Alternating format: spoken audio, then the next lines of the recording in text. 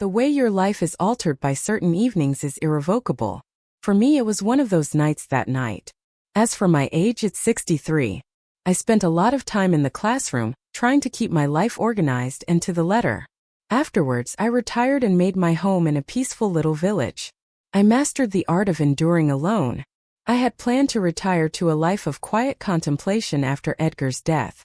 However much you may believe that the past is behind you, unexpected visitors may nonetheless knock on your door. Similar to Carlos's return. The stepson of Edgar. In all those years I hadn't laid eyes on him. He was only an innocent, carefree youth back then. However, the man before me was now 27 years old. His life had been anything but nice. His voice carried it. During his phone call, he said, "Could I spend some time with you?" Clearly, he required assistance. I welcomed him with wide arms, of course. It occurred to me that maybe I was the one in need of assistance the second I opened the door and saw the man standing there. Carlos was different now. He had wider shoulders. Deeper he looked. Gone was that youthful appearance. Substituted with something different. A more substantial matter. More powerful. And with a distinct tug. But what is the true distinction? That night I could feel it. At the stove. That evening. On that fateful night, it all began. There was an odd density to the air. I felt this agitation building up inside of me. However, the exact reason eluded me. The years of solitude may have simply conditioned me to not notice the sound of another person's breath in my home. It had been all day since Carlos had returned from his early morning departure. Distressed expression on his face. His expression betrayed it, but I refrained from inquiring further. There are some wounds that should be left untended until the time is right. By the time I heard the lock turn, it was almost midnight. There was a strange strain in my chest, and I was simultaneously relieved and anxious. It was impossible to overlook Carlos's signs of weariness and slight inebriation when he entered the room. He was slightly intoxicated but not completely unruly. He seemed to be struggling with an inner demon as our gazes locked. "Are you all right?" As I shut the door behind him, I inquired. Leaning back, he nodded and inhaled deeply. With a low, exhausted voice, he proclaimed that it had been quite a night. My heart swelled with love as I gazed at him. It was too much for this young man to bear. After a brief pause, I pivoted toward the kitchen. I offered to brew you a cup of coffee. Maybe it will help you get sober. Carlos accompanied me into the kitchen as I strode in. I could feel his gaze on me as I stood at the little kitchen brewing coffee. He was still watching me, even when I turned my back. He abruptly remarked, "This place is warmer than I expected." Looked over my shoulder to see him. "By town, do you mean?" "More comfortable than any place I've visited before," he said. However, he refused to look at the kitchen and instead fixed his gaze on me. My chest felt like it was going to explode for a split second as my heart raced. His gaze was fixed on mine. I felt the touch of a hand on my flesh after an eternity of alone. Remember to subscribe, turn on notifications, and join my channel if you enjoy hearing confessions like this. You will not want this narrative to end, I promise. Words fail to capture the profound stillness that enveloped the kitchen as the coffee steamed. As he glanced at me, Carlos rested one hand on the counter, ran his fingers through his hair, and the other into his pocket. He appeared exhausted, perhaps even a bit broken. I could feel his eyes on me as I hurriedly set the coffee cups on the counter, determined to divert his attention away from him. Somehow, I felt both a peculiar discomfort and an inexplicable warmth within. "You know," Carlos remarked after a brief pause, his voice gentle and reflective, "experiencing loneliness is something that can follow you around like a shadow." As I gave him his cup, I met his gaze. I hadn't seen such a lack of defense in quite some time.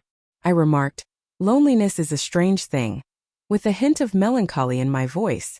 After a while, you become numb to it to the point where you can't cope when someone turns up. Carlos raised the cup to his lips and accepted it. "Where do you stand?" he inquired as he sipped his coffee. "Are you now accustomed to it?" As I felt the burden of that question descend upon me, I inhaled deeply.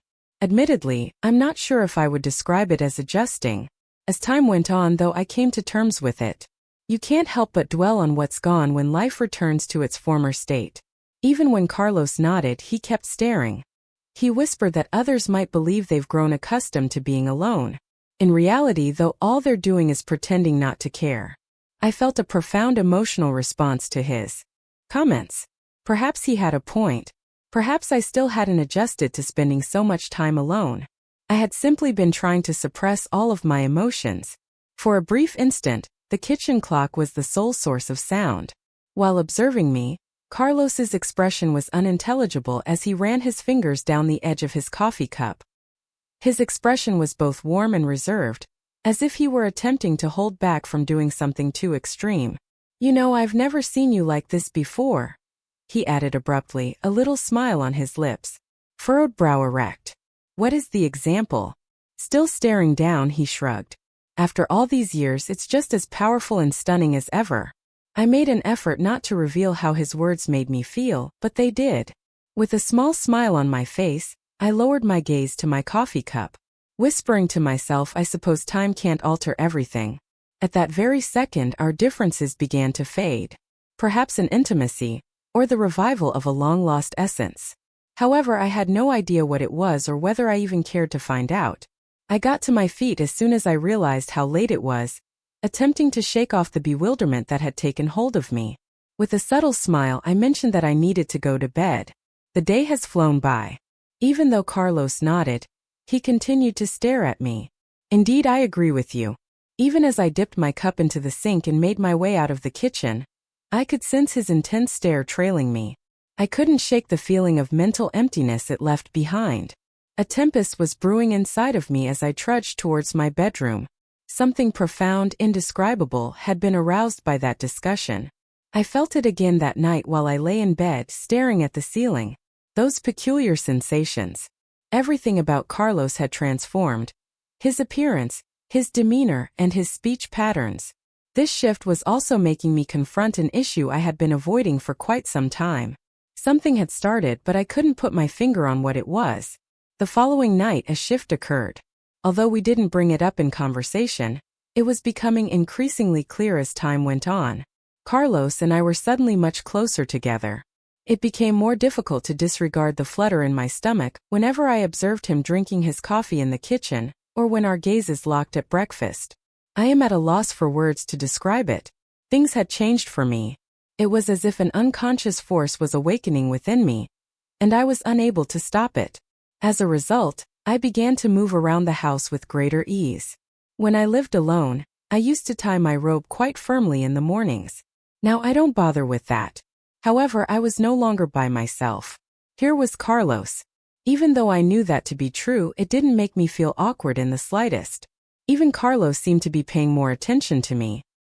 He had changed his behavior since he had first arrived. A few weeks into his stay, he appeared to have progressed beyond merely adjusting to his new surroundings. He gave the impression that he had made his home here, not merely for the time being but permanently. He stayed with me most evenings instead of going out. After a while of having dinner together and chatting for hours, we began to have movie evenings, where we would all spread out on the couch and watch movies. Feels like forever has passed. When Carlos would remark or even laugh out loud, I would find myself captivated by him and unable to tear my eyes away from the TV. In a long time I hadn't felt this kind of comfort within. This level of comfort in someone's company is something I never expected to experience again. However, that particular evening was distinct. There was an undeniable sense of intensified intimacy between us, a feeling that had been building for weeks. A film was playing. Through the partially parted drapes, the room was bathed in a delicate, moving shadow created by the flitting light of the street lamp outside. On the couch next to me, Carlos had his hand, and his fingers were almost touching mine. We seemed to be getting more and more tense as the movie progressed. It seemed as if neither of us was intentionally moving our hands, while the distance between them shrank. Regardless, we were making progress in narrowing the distance. Eventually, I sensed that he turned away from the TV and toward me. I cocked my head slowly. Our gazes locked. His gaze at me was unabashedly confident this time. He had no intention of concealing anything. There was an unspoken something in his intense, inscrutable gaze as it met mine. His breathing was deliberate and slow. I felt like he could hear the rapid beat of my heart. However, I couldn't tear my eyes away. There seemed to be no way to express ourselves other than at this particular instant. All other possible words had vanished. Carlos parted his lips slightly as he tilted his head ever so slightly. I was very confused about my next move at that very moment. To be sure, I was aware of one thing. This was only the first stage. After that, there was no turning back. Carlos acted without hesitation. His face was so near to mine that I could feel his breath on my skin as he leaned in. When we initially started kissing, his lips barely touched mine, as if he were giving me space to escape. However, I chose not to. It was impossible for me to do. I couldn't put out that raging fire that had been dormant for far too long. Pause for a moment, perhaps even two. The kiss began gently, but as it progressed, it grew deeper, becoming more passionate and frantic. The manner in which he drew me close to him, his hands encircling my waist. Emotions that had been dormant for a long time were reawakened. Without thinking, my hands went to his shoulders and my fingers tangled in his hair. The caress of Carlos. The certainty was unwavering. The depth of his suppressed feelings became palpable to me. However, reality swept over me like a dense cloud at that same instant. This is the thing. Was incorrect. I felt a surge of terror surge through me. With our breaths still intertwined, I drew back swiftly. I felt helpless in the face of his incessant questioning. I mumbled something about how my hands were trembling. While I attempted to process what had just transpired, I spoke more to myself than he did. My heart was thumping, so I got to my feet. Using the first plausible explanation that came to me, I stated that I needed to go get some water. Avoiding his stare, I walked toward the kitchen. Even if my feet were on the floor, I couldn't tell for sure. In my ears, my heart was racing. With a little tremor in my fingers, I reached for a glass. What on earth is going on? I mumbled under my breath. How on earth did this take place? A sudden loud collision jolted me out of my reverie. Then the distinct sound of breaking glass breaking on the floor. My whole body stiffened up. Is that you, Carlos? Cry escaped me. There is no response. After a little pause, I returned to the living room in a panic. In front of the sofa, there was a shattered glass coffee table. Also Carlos's palm. Bleeding had occurred. I needed not even inquire as to what had transpired. He had hurled his glass onto the table, shattering it into bits, out of frustration, wrath, or perhaps some deeper emotion that he could no longer contain. I felt a peculiar mixture of terror and shame as I saw the blood on his palm. I carefully took a seat beside him. However, he completely avoided eye contact with me. With his breath irregular, he stared at the floor. Both his jaw and fists remained clenched. I extended my hand and delicately touched his arm. As soon as my hand touched him, he recoiled in fear. At long last, he shifted his gaze to meet mine. And it wasn't merely wrath that he betrayed. It was painful. Do you truly feel no desire for me? His voice was low and emotional as he requested. I was captivated. Excuse me? Please, I whispered. But that wasn't all. For days. For the first time in what feels like forever, Maria, I am not alone. He spoke. You withdrew afterwards. Like it had no significance.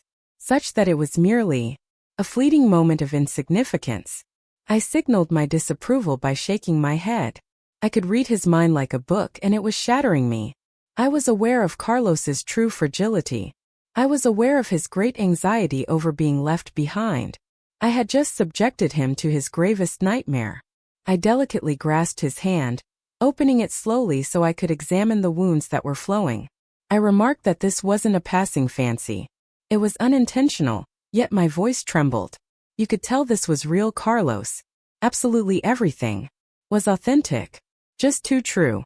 In his fear and desire to believe me, he narrowed his eyes. Somehow I sensed it. Maria, do you truly not care about me? Do you truly feel no desire for me? There was a palpable weight of their unspoken inquiries. My mind was racing, but I forced myself to hold my breath. I rose slowly to my feet. As I stroked my fingers over my shoulders, I released my grip on my dress and allowed the straps to fall. As he watched, his pupils widened and blacked out. His eyes widened. He began to have irregular breaths. At this point he was speechless. Carlos, are you starting to believe me? Please, I whispered. We were already on fire and my voice just made things hotter. Had I been deceived? He looked at me intently and gulped tightly, but he remained speechless. On the contrary, he brought me close by grabbing my waist and drawing me toward him. Not very refined. Very important.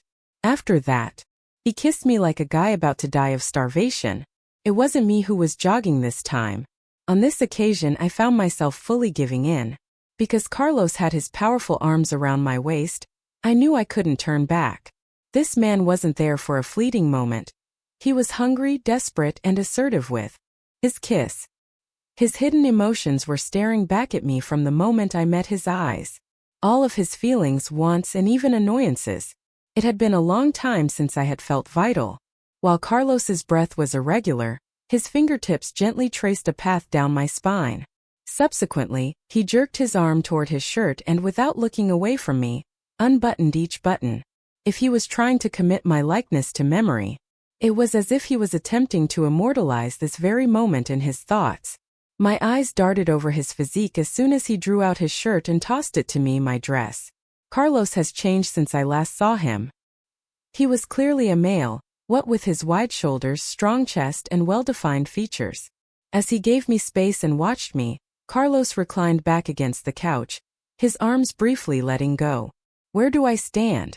I no longer hesitated. I stepped over him and carefully put my knees on the couch.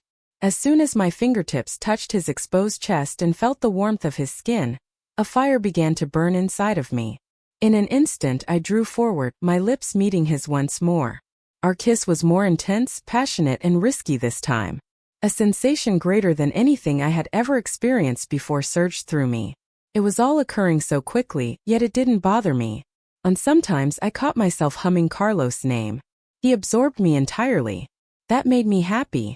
Everything reached its peak fairly quickly due to the surge of enthusiasm and yearning.